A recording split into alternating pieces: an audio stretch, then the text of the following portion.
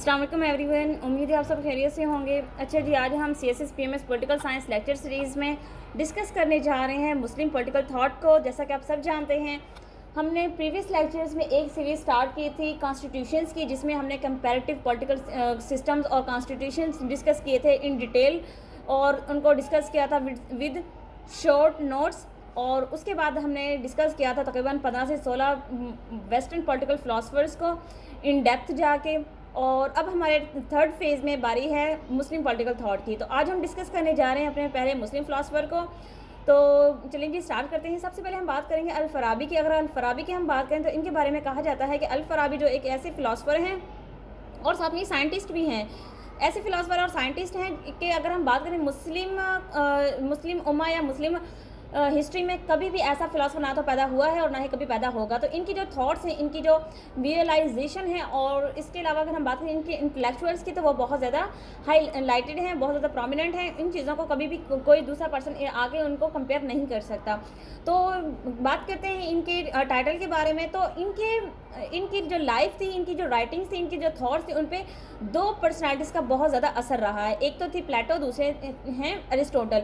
तो अरिस्टोटल और प्लेटो से इन्होंने बहुत ज़्यादा इन्फ्लुएंस लिया है, और जैसा कि इनका ताल्लुक अरब से था, तो अरब के जितने लोग थे वो सारे के सारे अरिस्टोटल और प्लेटो को बहुत ज़्यादा उनकी रिस्पेक्ट करते थे, उनकी थ्योरीज़ को बहुत ज़्यादा अप्रिशिएट करते थे।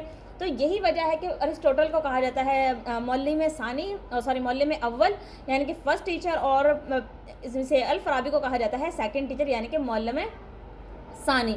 अगर हम इसके पूरे नाम की बात करें तो इनका पूरा नाम है अल-नसर मोहम्मद इब्न अल-फ़रख अल-फ़राबी। तो इनका नाम अल-फ़राबी क्यों पड़ा? क्योंकि ये बेसिकली पैदा हुए थे, ये फ़राब में पैदा हुए थे। तुर्किस्तान के एक शहर है फ़राब, और उनके छोटे से डिस्ट्रिक्ट वासिज में ये पैदा हुए थे 870 में, और इनकी डेथ होती है 950 के अंदर।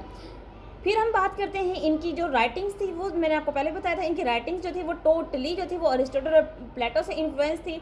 और होता कुछ इस तरह से है कि इन्होंने, अगर हम बात करें कि फ़िलासफ़ी की, तो अरिस्टोटल की सारी फ़िलासफ़ी अगर हम उसको इस्लामिक वे में टर्न कर दें तो वो सारी की सारी अल-फ़राबी की फ़िलासफ़ी बन जाती है। और यही वजह के बहुत सारे मुस्लिम फ़िलासफ़र ने इनको क्रिटिसाइज़ भी किया है और इन पर बात भी की है, क्योंकि इन्होंने वेस्टर्न फ़िलासफ़र को फॉलो किया है, तो इनको बहुत ज़्यादा क्रिटिसाइज़ भी किया है। और इनके हम वेंचर्स की बात करें तो ये ट्रांसलेटर थे। बेसिकली इन्होंने ग्रीक वर्क्स को बहुत ज़्यादा ट्रांसलेट किया, और ये एक स्टूडेंट रहे हैं अबू बशर मता बिन यूनस। अगर इनकी पर्सनैलिटी की बात करें तो ज़ाहिर है जो इनके उस्ताद थे, जिनके ये शागिर्द रह चुके मता बिन यूनस, वो खुद एक बहुत बड़े ट्रांसलेटर थे। तो उनकी फिर देखें, आप खुद देख लें, एक तो प्लेटो थे, दूसरे अरिस्टोटल, और तीसरा ये मता बिन यूनस। तो जब तीन इंटेलेक्चुअल पर्सनालिटीज़ का इन्फ्लुएंस होगा अल-फ़राबी पे, तो इनकी ज़ाहिर पर्सनालिटी खुद ब खुद निखर के सामने आएगी। फिर इनकी जो ओवरऑल लाइफ है, उसमें दो इनके क्रिश्चियन टीचर्स भी रहे हैं, जो कि जिनसे ये बहुत ज़्यादा इंस्पायर हुए हैं। फिर होता कुछ इस तरह से है, अगर हम बात करें इनकी पर्सनल लाइफ की, तो ये ट्रैवलिंग के बहुत ज़्यादा शौकीन थे। और इसके अलावा इन्होंने ज्वाइन किया था अपनी लाइफ में अलेप्पो गवर्नेंस को, सैफुद्दौला को। फिर क्या होता है, हमदानी और सैफुद्दौला के दरमियान थोड़ी ये अटैक्स होते हैं, हमले होते हैं, लड़ाइयाँ होती हैं। तो इनसे बददिल होके क्या करते हैं, अल-फ़राबी दमस्कस चले जाते हैं, और जब वहाँ पे जाते हैं तो वहाँ पे रेस्ट ऑफ द लाइफ, यानी कि उनका जो ज़िंदगी का रिमेनिंग टाइम है वो सारा की सारा वहीं पे गुजारते हैं। इनकी राइटिंग्स अगर हम बात करें, प्लेटो और अरिस्टोटल की राइटिंग्स को अगर मिक्स कर दें, इनका मिक्सचर बना दें, तो अल-फ़राबी की राइटिंग्स बन जाती हैं। बस फ़र्क सिर्फ इतना है कि इन्होंने इस्लामिक वे को अपनाया है और इस्लामिक वे में इसको टर्न कर दिया है। फिर अल-फ़राबी ने एक बुक लिखी है अल-मदीनतुल फ़ादिला। फिर उसके बाद इन्होंने टर्न किया है प्लेटोनिक आइडियाज़ को इनटू इस्लाम में। फिर हम बात करते हैं आइडियल स्टेट की, तो जो प्लेटो की आइडियल स्टेट है वही इसकी इस्लामिक स्टेट है, but according to teachings of Islam. क्योंकि इनकी जो फ़िलासफ़ी है, जिस तरह प्लेटो कहते हैं, प्लेटो फ़िलासफ़र किंग को बहुत ज़्यादा प्रोमिनेंट समझते हैं, उसको अप्रिशिएट करते हैं। तो इधर इनका फ़िलासफ़र किंग होता है, और अल-फ़राबी का बादशाह होता है, उसको इमाम या खलीफा भी कह सकते हैं हम, क्योंकि जैसे मुसलमानों की हिस्ट्री की बात करें तो खुलफ़ाए राशिदीन का दौर हमारे ज़हनों में आता है। हज़रत अबू बकर, उमर सदीक़ रज़ियल्लाहु अन्हु, और ये तमाम के तमाम चार खुलफ़ाए राशिदीन थे हमारे। तो उनके सामने हमारा कंसेप्ट हमारे फ़ौरन ज़हन में रहता है, उनकी भी डेमोक्रेसी थी। और अगर हम अपनी किसी भी इस्लामिक स्टेट में अगर बात करें तो हमें खुलफ़ाए राशिदीन को अपने मशले राह बना सकते हैं।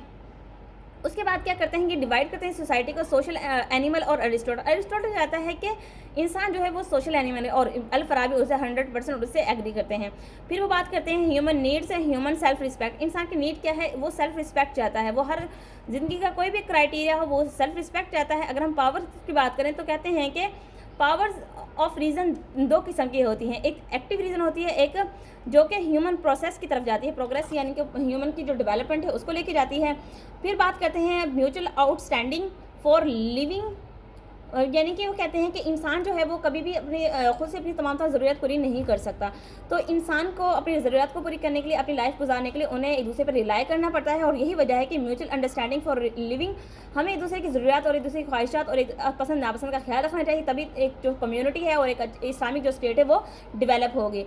फिर वो कहता है कि ऑल वर्ल्ड आ सोसाइटी। जब बात करें हम इंसान की इनिशियल टाइम की, तो जब इंसान दुनिया में आया तो बहुत कम लोग हुआ करते थे और बहुत बहुत दूर दूर जगहों पे जाके आबाद थे।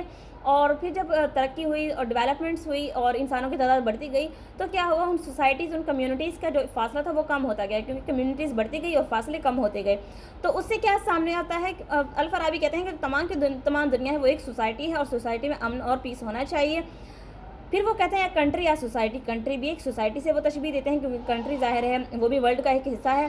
फिर वो सब डिवीजन करते हैं कंट्री की। वो कहते हैं there are 2 types of society. पहली जो टाइप है उसमें वो बात करते हैं पर्पसफुल और परफेक्ट, यानी कि पर्पसफुल और परफेक्ट। दूसरी वो काइंड बताते हैं विदाउट पर्पस, इनपरफेक्ट। अब पर्पसफुल स्टेट क्या होती है, उनके हाईएस्ट होते हैं, इंटरमीडिएट होते हैं, लोवेस्ट पर्पस होते हैं। पर्पस होते हैं उनके बेसिकली वो उनका होता है अपनी इकोनॉमी को ग्रो करना, सोशल वेलफेयर उसका होता है, और उनका वो पावर को अटेन करना चाहते हैं, वो पूरे रीजन में, पूरी दुनिया में एक अपना नाम बनाना चाहते हैं।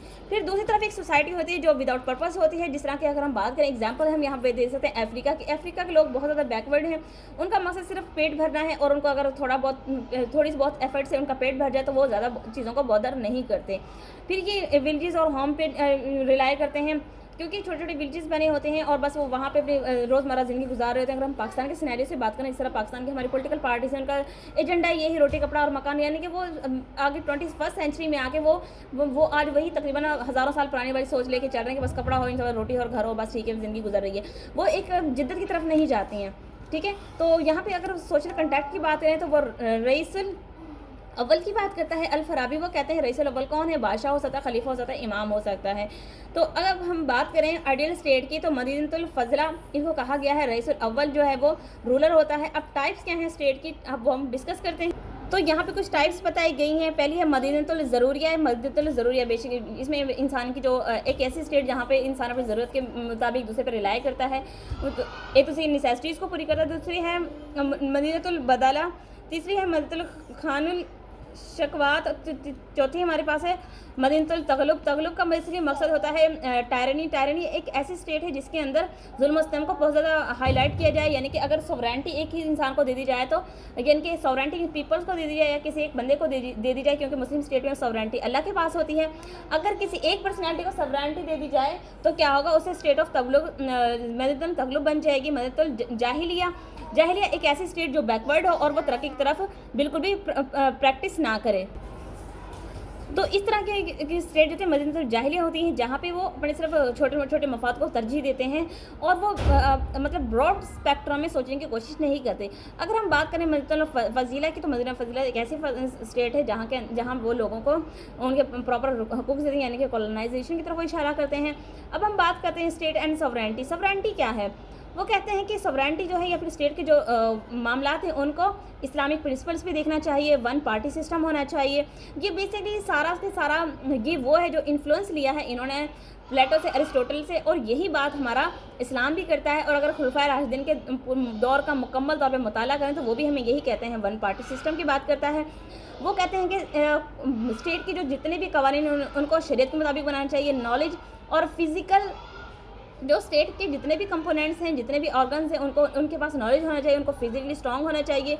लीडर की हम बात करें तो लीडर्स को सेकंड एंड थर्ड लेवल का इंटेलेक्चुअल होना चाहिए, कैबिनेट बेस्ट पीपल की होनी चाहिए, क्योंकि कैबिनेट बेसिकली मुशीरों की होती है, यानी कि जिस तरह बादशाहों के मुशीर हुआ करते थे। जैसे हज़रत पाक सल्लल्लाहु अलैहि वसल्लम के दौर में हज़रत पाक सल्लल्लाहु अलैहि वसल्लम मशवरे करने के लिए कुछ मुशीर रखते थे अपने पास, कुछ सहाबा थे। तो इसी तरह अल फराबी कहते हैं जो कैबिनेट जो है वो बेस्ट लोगों की होनी चाहिए।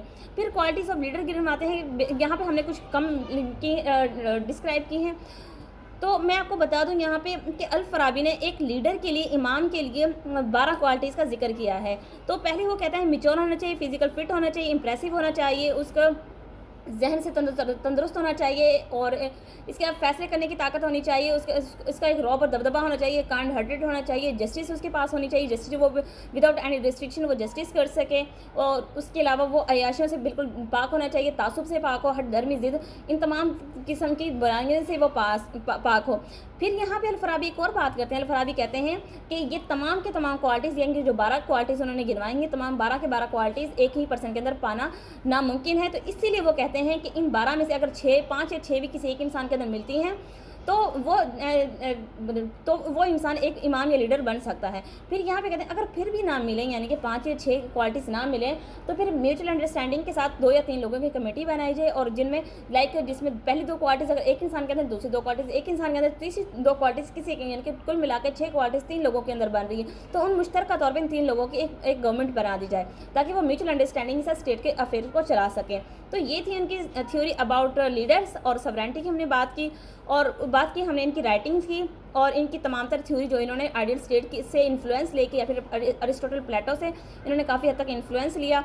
इन चीज़ों के अकॉर्डिंगली हमने डिस्कस किया अल फराबी को।